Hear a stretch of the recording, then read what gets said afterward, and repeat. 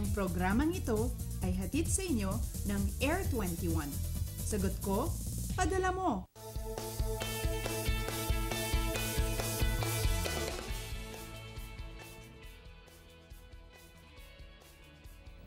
Good morning, Pilipinas! Wednesday morning mga kababayan, kamusta po kayo? Bangon na and start our day early. Marami pa po sa atin ang kailangan maghanda papasok sa mga eskwelahan at syempre po sa ating mga opisina. Kaya naman alamin po ang latest sa lagay ng panahon dito lamang sa Panahon TV. Sa mga online, sabay rin kaming napapanood via live streaming sa www.ptv.ph. Mula sa Pag-asa Weather and Flood Forecasting Center, ako po ang inyong makakasama, ang inyong weather body, Jessie Basco. At mga kababayan, kagabi lamang, pasyado alas 7 po yan ng gabi, ay niyanig ng magnitude 3.5 na lindol ang bahagi ng Romblon. Naitala po ang sentro nito 8 kilometers, hilagang silangan po yan ng Onjongan, Romblon. At naramdaman naman ang intensity 4 sa Onjongan, Romblon.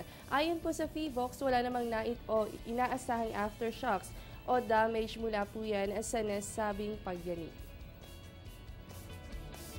At sa ating world news, kasalukuyan pong ginaganap ang 3rd UN World Conference on Disaster Risk Reduction sa Sendai, Japan. Nagsimula po ang nasabing conference nito lamang March 14 at inaasahan ang pagtatapos ito ngayong araw, March 18, 2015. Bahagi po ng conference ang mga high dialogue session, ministerial roundtable conferences, and official statement. Available po ang live and on-demand video sa UN Web TV website, at available po ito sa English and Japanese language. Free of charges naman po ang webcast in English, Japanese, and the original language used in the conference. At para po sa mas malawak na awareness, inaanyayahan ng iba't ibang media outfit na i-share through online ang naturang conference regarding disaster risk reduction. At silipin muna natin ang ilang astronomical data mula sa Pag-asa. Simulan po natin sa ating sunrise and sunset. Ang sunrise po natin, yan ay mamayang 6:02 ng umaga at ang sunset naman po natin ay 6:07 ng gabi.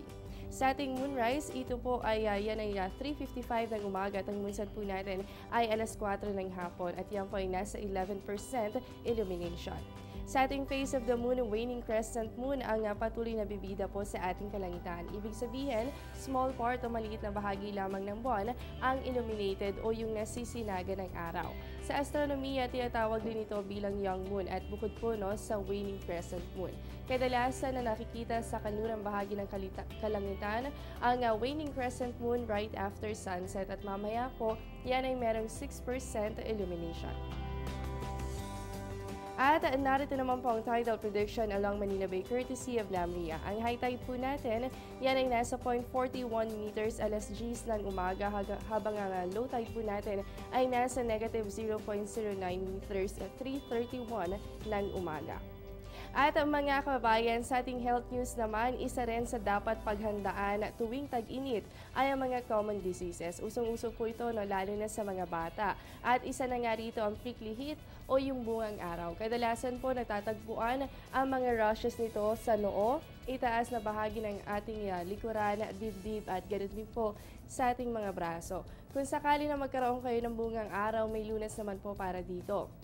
Linisin ang apektadong balat, lagyan ng cornstarch or baking soda powder at syempre po kumonsulta agad sa inyong doktor.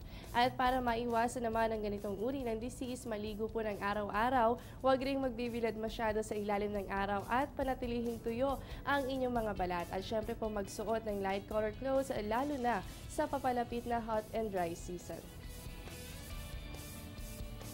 Simula pa lamang yan, magbabalik pa po ang Panahon TV matapos ang ilang paalala.